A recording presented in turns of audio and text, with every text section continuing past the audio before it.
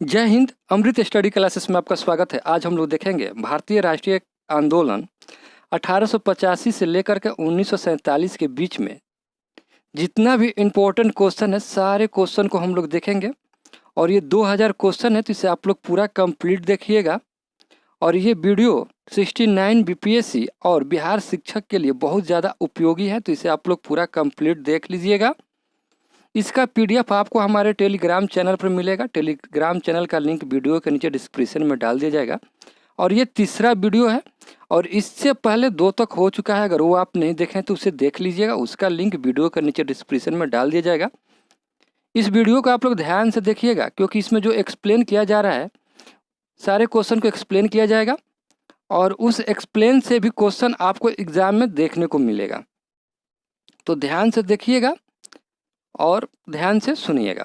और इसका PDF Telegram पे मिलेगा, तो टेलीग्राम से ले लीजिएगा। चलिए क्वेश्चन देखते हैं। पहला क्वेश्चन क्या कर रहा है, क्वेश्चन को ध्यान से पढ़िएगा, फिर समझिएगा, फिर आंसर कीजिएगा और फिर हमारे आंसर से अपना आंसर मिलाइएगा। और वीडियो अच्छा लगे तो लाइक कीजिएगा। चैनल पर नए हैं तो चैनल को सब्सक्राइब करके बेल आइकन को ऑन कर लीजिएगा, ताकि जब भी कोई वीडियो डाला जाए तो उसका नोटिफिकेशन सबसे पहले आपको मिले। और दोस्तों में शेयर कीजिएगा ताकि उनको भी इस वीडियो का लाभ मिले। क्वेश्चन है, गांधी इरविन समझौता कब हुआ था? तो देखिए, गांधी इरविन समझौता जो हुआ था वो 5 मार्च 1931 को हुआ था। इसका राइट आंसर बी हो जाएगा। देखिए, गांधी इरविन समझौता 5 मार्च 1931 को हुआ था और इसमें गांधी जी ने 11 सूत्रीय मांग ब्रिटिश सरकार के सामने रखी थी। और ये 11 सूत्रीय मांग ब्रिटिश सरकार के सामने रखी थी और नहीं मानने पर 6 अप्रैल 1930 को नमक सत्याग्रह के रूप में सविनय अवज्ञा आंदोलन शुरू किया गया था। तो इस पॉइंट को भी आप लोग याद रखिएगा, क्योंकि यहाँ से भी क्वेश्चन एग्जाम में आएगा। फिर गांधी इरविन समझौता द्वारा आंदोलन को स्थगित कर दिया गया था। इस पॉइंट को भी आप लोग याद रखिएगा। और गांधी इरविन समझौता को ही दिल्ली समझौता के नाम से भी जाना जाता है। तो ये 3-4 पॉइंट जो है इसे आप लोग याद रखिएगा, यहाँ से क्वेश्चन एग्जाम में आता है। अगला क्वेश्चन देखेंगे हम लोग। क्वेश्चन है, भारत में ब्रिटेन को संपत्ति के आह्वान का सिद्धांत किसने प्रतिपादित किया था? तो भारत से ब्रिटेन की ओर संपत्ति के आह्वान का सिद्धांत दादा भाई नौरोजी ने प्रतिपादित किया था। और दादा भाई नौरोजी ने प्रथम भारतीय थे जिन्होंने यह बताया कि भारत की निर्धनता का कारण धन बहिर्गमन मुख्य है। और सुरेंद्रनाथ बनर्जी बंगाल के प्रमुख उदारवादी नेता थे ये। और लाला लाजपत राय साइमन कमीशन के विरोध में घायल हुए थे, जो उनकी मृत्यु हो गई थी। तो ये भी आप लोग याद रखिएगा। इसका राइट आंसर बी हो जाएगा। अगला क्वेश्चन है, देश बंधु की उपाधि किसके साथ संबंधित है? देखिए, देश बंधु CR दास को कहा जाता है। CR दास को देश बंधु कहा जाता है, ठीक है। और CR दास ने और पंडित मोतीलाल नेहरू के साथ मिलकर फरवरी 1923 में स्वराज पार्टी की स्थापना की गई थी। तो याद रखिएगा, स्वराज पार्टी की स्थापना कब की गई थी? तो फरवरी 1923 में स्वराज पार्टी की स्थापना की गई थी। और रविंद्रनाथ टैगोर को गुरु की उपाधि गांधी जी के द्वारा दिया गया था। किसके द्वारा? तो गांधी जी के द्वारा रविंद्रनाथ टैगोर को गुरु की उपाधि दी गई थी। तो इस बात को आप लोग याद रखिएगा। और महात्मा की उपाधि गांधी जी को रविंद्रनाथ टैगोर द्वारा दी गई थी। और सरदार की उपाधि डॉक्टर राजेंद्र प्रसाद को महात्मा गांधी ने दी थी। तो इसे भी आप लोग याद रखिएगा। और कायदे आजम की उपाधि गांधी जी ने मोहम्मद अली जिन्ना को दिया था। तो इस बात को भी आप लोग याद रखिएगा। और विवेकानंद की उपाधि नरेंद्र दत्त को खेतहड़ी यानी मध्य प्रदेश के महाराजा ने दी थी। तो इस बात को भी आप लोग याद रखिएगा। और देश नायक की उपाधि नेताजी को रविंद्रनाथ टैगोर ने दी थी। तो इस बात को भी याद रखिएगा। ये सारे पॉइंट एग्जाम व्यू से बहुत ज़्यादा इम्पोर्टेंट है, क्योंकि यहाँ से क्वेश्चन एग्जाम में आता है। तो इसे आप लोग याद रखिएगा। अगर नोट कर रहे हैं तो नोट करते चलिए ये सारे पॉइंट को। बरदौली सत्याग्रह निम्न में से किस व्यक्ति से जुड़ा है? ध्यान दीजिएगा, किस व्यक्ति से जुड़ा है, क्वेश्चन पूछ रहा है। देखिए, बरदौली किसान आंदोलन का नेतृत्व सरदार वल्लभ भाई पटेल से जुड़ा है। ठीक है, और ये बरदौली कहाँ पे है? तो ये गुजरात में है, इसे भी आप लोग याद रखिएगा। 1928 में वल्लभ भाई पटेल ने किसानों की समस्या को सशक्त रूप से उठाकर सफलता पाई। इस कारण बरदौली की महिलाओं ने वल्लभ भाई पटेल को सरदार की उपाधि दी थी। तो सरदार की उपाधि वल्लभ भाई पटेल को कौन दिया था? तो बरदौली की महिलाएं दी थी। तो इसे आप लोग याद रखिए, क्वेश्चन पूछ सकता है एग्जाम में। और सरदार वल्लभ भाई पटेल को भारत के राज्यों के एकीकरण के कारण भारत का लौह पुरुष भी कहा जाता है, उनका लौह पुरुष की उपाधि दी गई है। ठीक है, तो इसे भी आप लोग याद रखिएगा। और वल्लभ भाई पटेल को भारत का विमर्श भी कहा जाता है, तो इस बात को भी याद रखिएगा। और सरदार वल्लभ भाई पटेल स्वतंत्र भारत के प्रथम गृह मंत्री और सूचना एवं प्रसारण मंत्री भी थे। तो इस बात को आप लोग याद रखिएगा, इस पॉइंट को, यहाँ से भी क्वेश्चन एग्जाम में आएगा, तो आप लोग बना लीजिएगा। जितना भी एक्सप्लेन किया जा रहा है इसे ध्यान से सुनिएगा। अगला क्वेश्चन है, अखिल भारतीय राजनीतिक में गांधी जी का प्रथम अभियान कौन सा था? देखिए, राजकुमार शुक्ला ने गांधी जी को बिहार के चंपारण जिले में, ठीक है, चंपारण जिले में, इसका राइट आंसर सी हो जाएगा। चंपारण जिले में अंग्रेजों द्वारा जबरदस्ती नील की खेती के लिए वादे करने तथा कृषकों पर अत्याचार करने के बारे में लखनऊ कांग्रेस अधिवेशन जो हुआ था 1916 ईस्वी में, वहाँ पे गए और अवगत कराए तथा उनके कृषकों की मुक्ति के लिए आंदोलन करने का अनुरोध किया, जिस पर गांधी जी ने चंपारण सत्याग्रह के सफल नेतृत्व के साथ भारतीय राजनीतिक में विविधता पदार्पण किए। और ये चंपारण आंदोलन कब हुआ था? तो ये हुआ था 1917 ईस्वी में। तो इस बात को भी आप लोग याद रखिएगा, ये क्वेश्चन इंपॉर्टेंट है और पूछ देगा कि चंपारण आंदोलन कब हुआ था? तो 1917 में। अगला क्वेश्चन है, साइमन कमीशन की घोषणा कब की गई थी? देखिए, साइमन कमीशन की घोषणा 8 नवंबर 1947 ईस्वी को की गई थी। तो इसका राइट आंसर ये हो जाएगा। देखिए, सर जॉन साइमन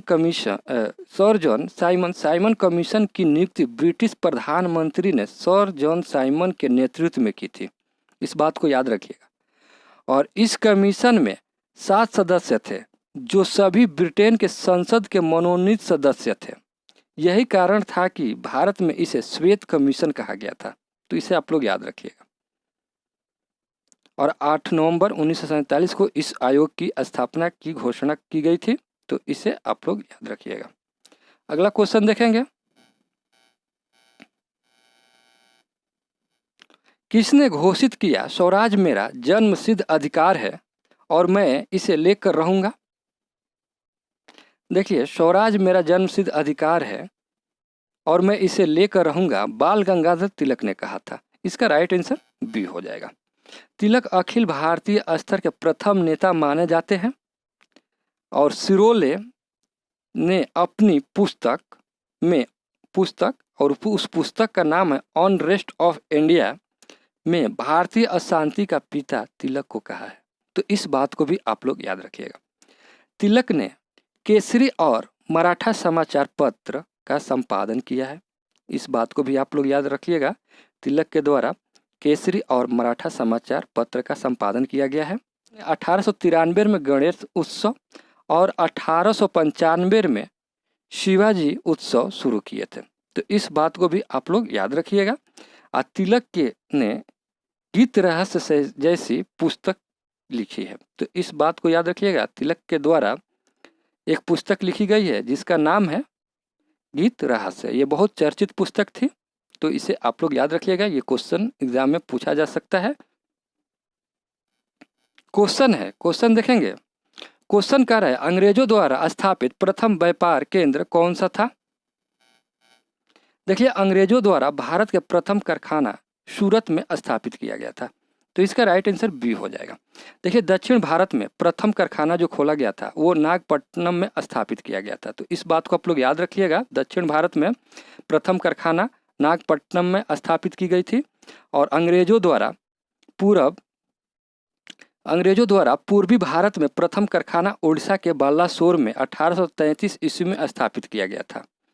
और बंगाल में अंग्रेजों द्वारा स्थापित प्रथम कारखाना 1651 में हुगली में स्थापित किया गया था। ये सारे पॉइंट को आप लोग याद रखिएगा क्योंकि यहाँ से भी क्वेश्चन एग्जाम में पूछता है। और मद्रास शहर की स्थापना 1639 ईस्वी में फ्रांसीसी के द्वारा किया गया था, मद्रास का। और अगला है कलकत्ता शहर की स्थापना जावा चारनाक द्वारा किया गया था। और बम्बई शहर का स्थापना हेरोल्ड ओगियार के द्वारा किया गया था। तो इस पॉइंट को भी आप लोग याद रखिएगा, यहाँ से भी क्वेश्चन एग्जाम में आ सकता है। अगला क्वेश्चन है चंपारण सत्याग्रह का संबंध किससे है। देखिए चंपारण सत्याग्रह का संबंध नील किसान से है, इसका राइट आंसर ए हो जाएगा।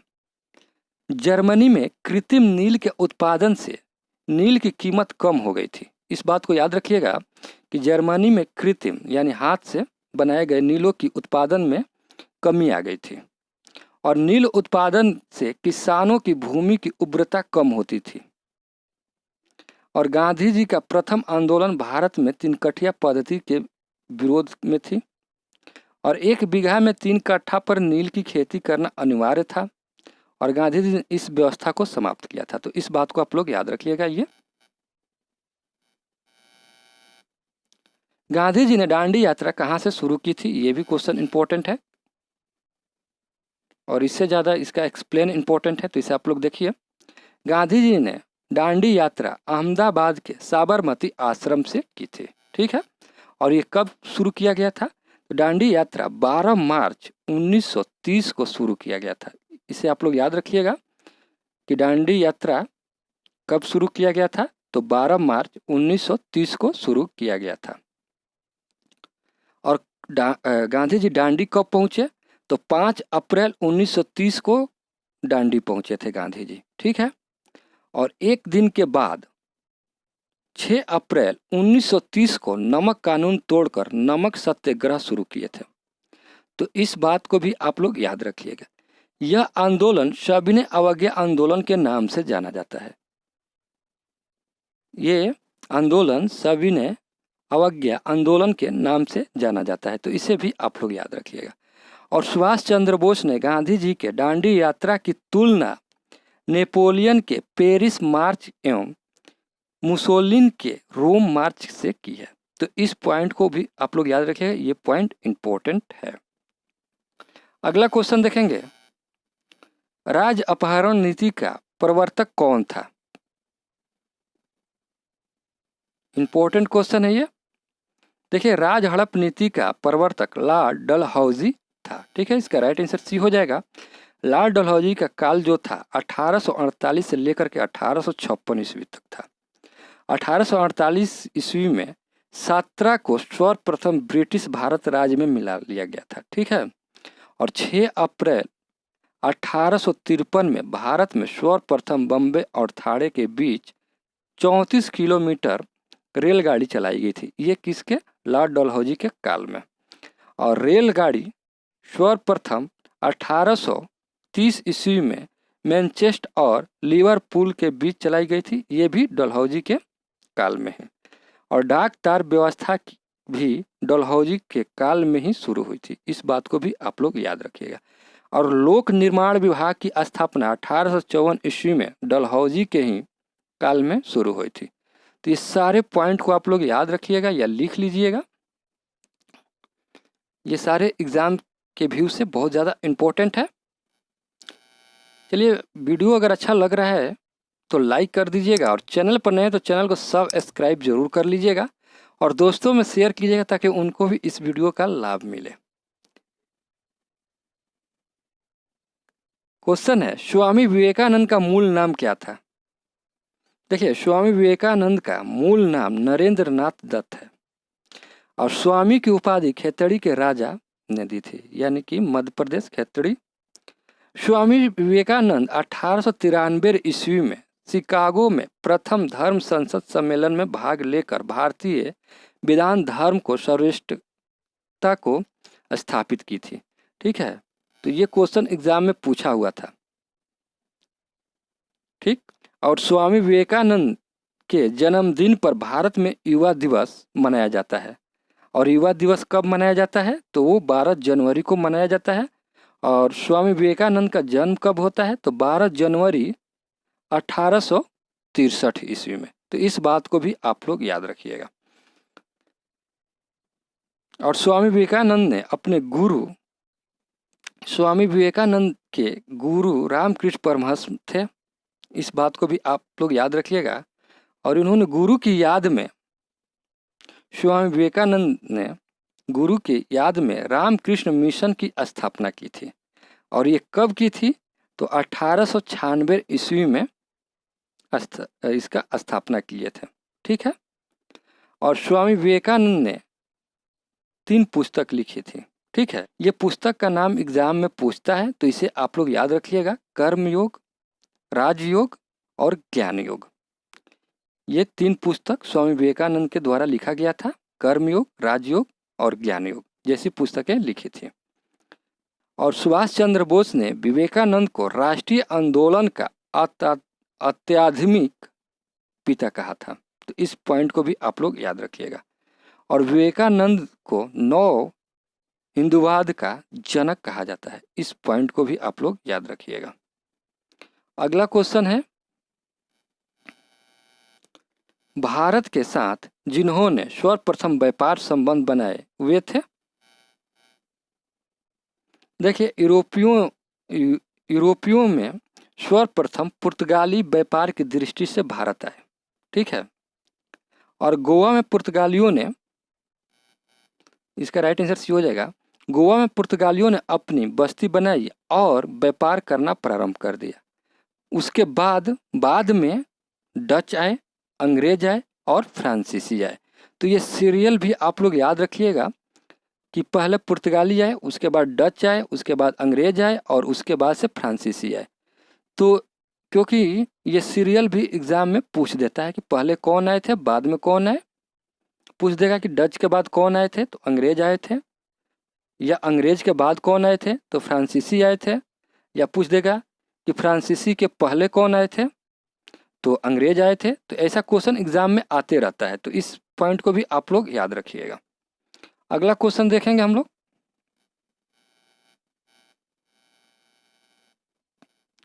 किसके समय में कलकत्ता में प्रथम न्यायालय की स्थापना की गई थी? देखिए, वारेन हेस्टिंग के समय में रेगुलेटिंग एक्ट के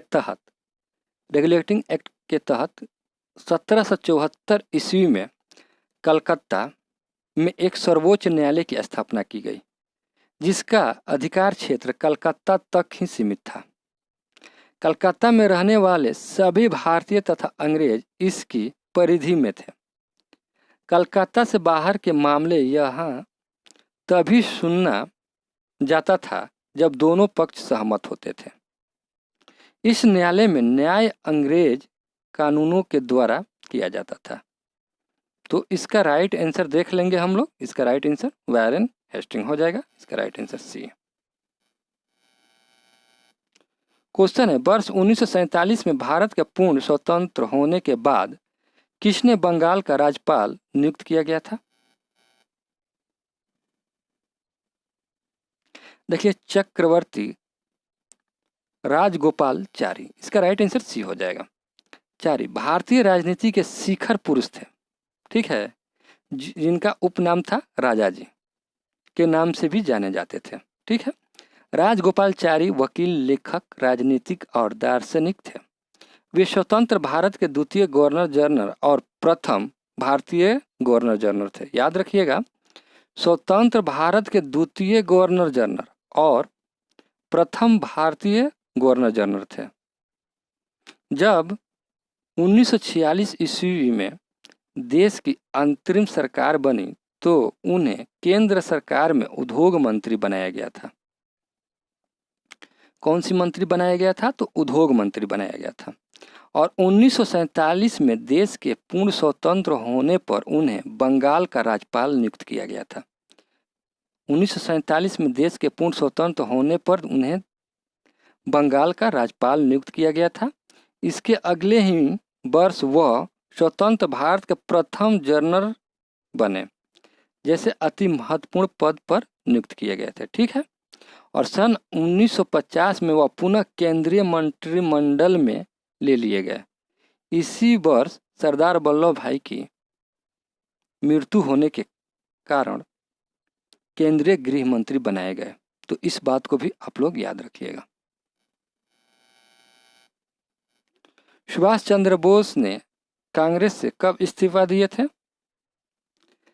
देखिए, सन 1939 ईस्वी में सुभाष चंद्र बोस ने दूसरी बार कांग्रेस के अध्यक्ष चुने गए थे, परंतु गांधी जी के अनुयायियों के कार्यकारिणी में विरोध के चलते उन्होंने इस्तीफा दे दिया और फॉरवर्ड ब्लॉक की स्थापना की।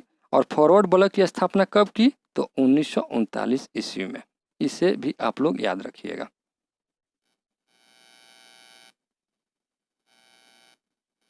देखिए, जालियांवाला बाग में किसने गोली चलवाई थी? देखिए, चलवाई थी पूछ रहा है, तो इसे आप लोग याद रखिएगा। और इसका राइट आंसर देख लेंगे हम लोग, जनरल आर डायर। ये क्वेश्चन एग्जाम में पूछता है, तो इसे आप लोग याद रखिएगा। देखिए, 13 अप्रैल 1919 को बैसाखी का दिन था। दो स्थानीय कांग्रेस नेता, जिनका नाम डॉक्टर सत्यपाल और डॉक्टर सैफुद्दीन किचलू की गिरफ्तारी का विरोध करने हेतु अमृतसर में जालियांवाला बाग में एक सार्वजनिक सभा बुलाई गई थी। यही जनरल आर डायर ने बिना चेतावनी दिए ही निहत्थे भीड़ पर गोलियां चलवाकर लगभग 1000 लोगों की हत्या कर दी। और जालियांवाला बाग नरसंहार के विरोध स्वरूप में रविंद्रनाथ टैगोर ने अपने नाइटहुड की उपाधि वापस कर दी थी।